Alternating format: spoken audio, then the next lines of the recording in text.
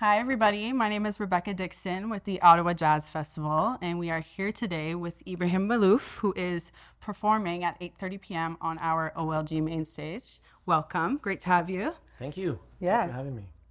So, I wanted to ask a couple questions. First one is you recently collaborated with Massari on Echo for the FIFA World Cup project. How did that collaboration come together? And did you know about his Ottawa connection when it started? I didn't really know. I know Massari, of course. I know his Lebanese origins. I know we are linked on many aspects. But I didn't really know he was linked to Ottawa. Yeah.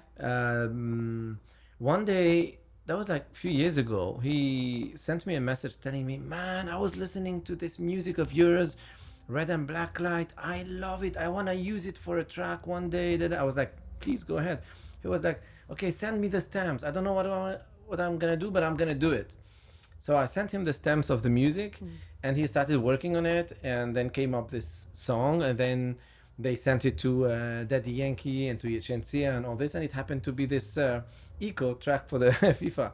So I was like so happy because this is like a friendship, musical friendship connection that led to something completely unexpected.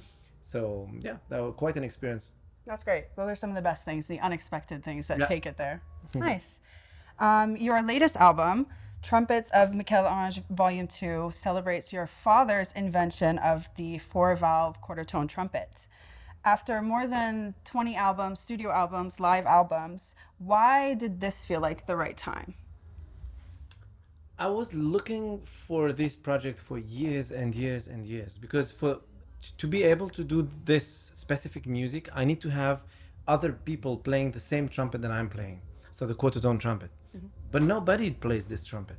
So I was like, I'm like literally, I've been the only one professionally playing the quarter tone trumpet of my father, even though when I was a kid, he was always telling me, "You will see when you'll get older, everybody's gonna play my trumpet." And literally nobody got interested in this. So and I had all these musics during all these years, composing music, like thinking, okay, when I'm gonna play this, all the other trumpet players are gonna respond. It's like a question and answer thing. But there was nobody to answer. Right. So, after years and years, I tried to find trumpet players, like really skilled, who are able to adapt and use this quarter tone trumpet. So I gave them a trumpet and I, worked with them on this. And after a few years, they were ready for this. So now finally, I can do this, I can play these musics. And I did the first round with the first volume, Trumpets of Michel-Ange. Now this is a volume 2, and I'm really excited because I really love it. So I might do a volume 3. Yeah, I'm like thinking about it seriously, considering it. Wow. I think everybody would love that. Thank you. Sounds great. On the topic of the trumpet, you grew up playing the quarter tone trumpet your father invented. When you picked it up, were you thinking about preserving a tradition, or were you already imagining somewhere new it would take you?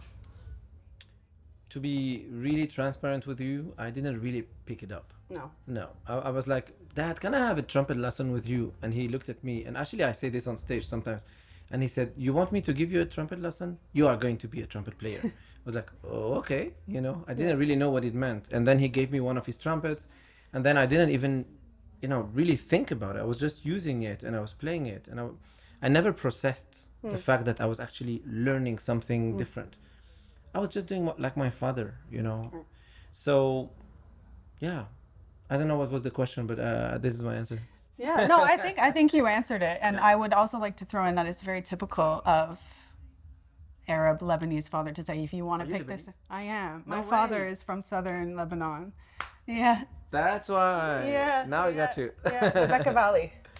Okay, Becca Yeah, Valley, one of yeah. the most beautiful places on earth. Stunning. Yeah. Gorgeous. So yeah, it's quite Lebanese. You're right. It's Yeah. quite in our culture also to. Let me put it this way: trust your parents, whatever they say. They know best, even They if it know. doesn't seem like it. Of course. Yeah. But you know what? In my case, it happened to be right. Right. Because when I was like 15, 16, 17 years old, I already had in my hands something that I could make a living with, You didn't just realize because I it. trusted him. Yep. You know, so he was right. Yeah. He wasn't right on everything. He was quite He wrong right on everything. He Yeah. was quite wrong on many other things, but on this specific thing, he was right. Good thing to get it right on, I think. Yeah. Amazing. So your music blends Arabic traditions and jazz. Do you see growing up between those worlds as a challenge, a creative gift, or both? I don't think I even Think about it. ever, you Yeah. know, and especially now that you're Lebanese, I think you're going to go along with me with this conversation. But we Lebanese people are raised in Arab, French, and English from day one. Like when you meet a child who's 5 or 6, they already speak 3 languages. These 3 languages, and in our culture, in the way we eat, in the way we live, in everything, we are already connected to these different Right. worlds in the same time. Right.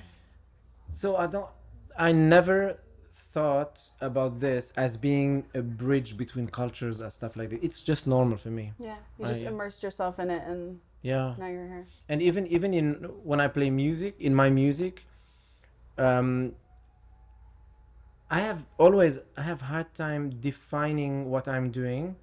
And when people ask me, oh, when you mix your music with Indian or with Mexican or with African, I'm like, I don't understand why it's considered as a mix. For me, it's just normal. It's Right. music. It's melting cultures. It's as if, I don't know, like you meet, I don't know, you meet someone, right? And you fall in love with that person. And you see the love and you see the potential of life together and you see everything you can build together. And then, you know, you see this and then you marry and you have children and you build a family, whatever you want to do, whatever you want to build with that person, but you build something with that person. And then suddenly come someone and says, was it something that really was interesting for you to marry an Indian person? Right. Like, what? I didn't even think about that. I just was in love with that person. Yeah. You know, so it's quite similar for me with music. I just love mixing things, but I don't think about it as mixing. I think about it just music, rhythms. And when you think this way, you don't see the differences anymore. Right. You know, when I hear, for example, Gnawa music, the Gnawa music is sometimes exactly the same rhythm than Pakistani music. And when I hear sometimes the darbuka in the wedding in Lebanon, I hear exactly the same rhythms. And then I hear someone like an old man singing. This is exactly the same than flamenco music. And you link the dots all together, and then you understand we're exactly the same people doing the same music. It's just world. Yeah. That's beautiful. Love and music. Yeah. The same thing, same Yeah. feeling. That's actually a great way to put it. And there is another comparison you can do is with like food. Food. Yeah. Food, love, and music. You just eat food, right? Perfect. Like if you're eating a great dish, would you say, the spice comes from Asia, the tomato comes from Italy? No, you don't. You just eat Enjoy it. and it's good. Yeah. Right. Yeah. No, I love that. That's great. Final question. What does a festival like Ottawa Jazz Festival represent for you as an artist in terms of connecting with the audience and the role of jazz, bringing different cultures and sounds together? For so many reasons, I consider this as a huge opportunity, a chance. Having a festival like this festival, first of all, is a blessing.